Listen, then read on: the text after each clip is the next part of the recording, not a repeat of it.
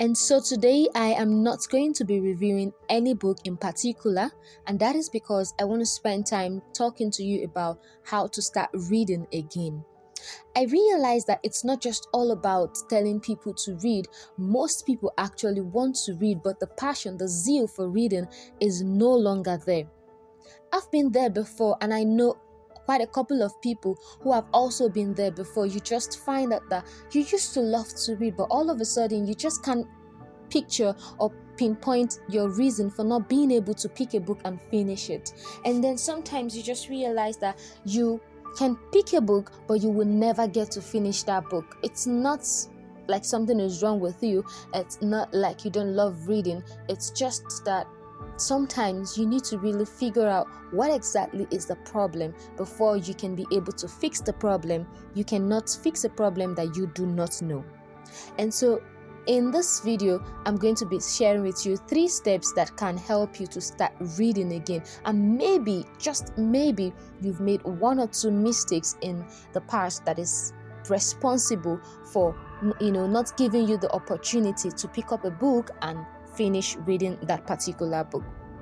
So before we get started, I want to welcome you back to my YouTube channel, The Book Boss. And if you're just coming here for the first time, I need you to subscribe, hit the notification button, and like this video. And don't forget, drop me a comment as well. So back into what we have for today. First of all, for you to start reading again, I need you to create a reading time. Just the way you create time to wash your clothes, you create time to eat, you create time to, go to school, attend lectures. I need you to create time for your reading. If you don't create a reading time, you will find out that you will be procrastinating reading that particular book until you end up not reading it. Now, I want to ask you a question. This is the month of August. Is there by any chance you've picked a book, in January, February, March, and you've told yourself, I'm going to read this book this month, and only for you to realize that this is August and you are yet to even open that book? And that can only happen when you don't have a time dedicated for reading. Just like I mentioned earlier, you have time when you wash your clothes, because you cannot wear all your clothes and not have anyone to wear again. You must create time to wash your clothes if you always want to have clean clothes to wear. And so that same way, create time to read a book. Anytime that is convenient for you, just pick out a particular time and say, this time, maybe 1 hour, maybe 30 minutes, I am going to dedicate it daily to reading. It can be anything. Just pick something and read. And before you know it, you find yourself, loving to read again and always desiring for that time to come for you to, pick that particular book and start reading again. 2, buy physical books. Now, there is nobody listening to this voice note who doesn't have at least 10 ebooks on their phones. You in particular listening to me, you have at least 10 ebooks on your phone. But I want to ask you, how many of these ebooks have you read? Now, this is also what happened to me. I realized that it was easy for me to, ask a friend to send me a soft copy book and spend the whole year procrastinating on, I will read it today, I will read it tomorrow. And before I realized, the year will run out and I will not have, read that book. Now, this is the reason.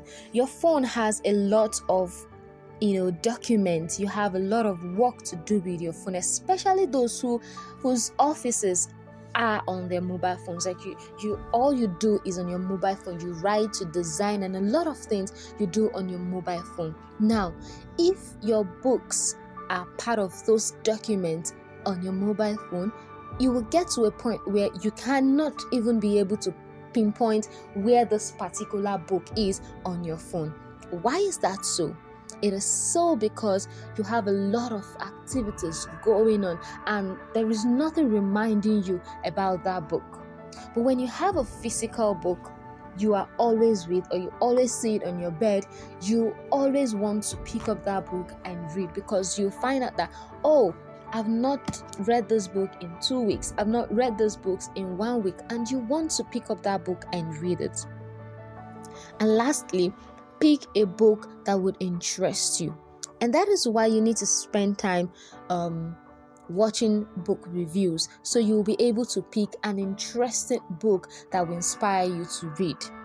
And this book reviews YouTube channel is here for you. You don't need to go too far. Just scroll down and you will see other books that we've reviewed, here on this YouTube channel. Look at books that interest you, watch the book reviews, and then you will be able to pick a particular book that interests you, buy a copy of that book and read. The good thing about you watching book reviews is that it helps you to give you a clear insight about what that book is all about. Don't just randomly pick books, okay? Find out what this book is all about. Is it kind of book that you love? Is it a book that will interest you? When you do that, it will help you to pick the right book at the right time, so you will enjoy your reading process. Thank you so much for watching this YouTube video, and I hope that these 3 steps that I just listed is going to help you start reading again. And once again, in case you've not subscribed, please subscribe, click the like button, click the notification button, and drop me a comment. See you next time.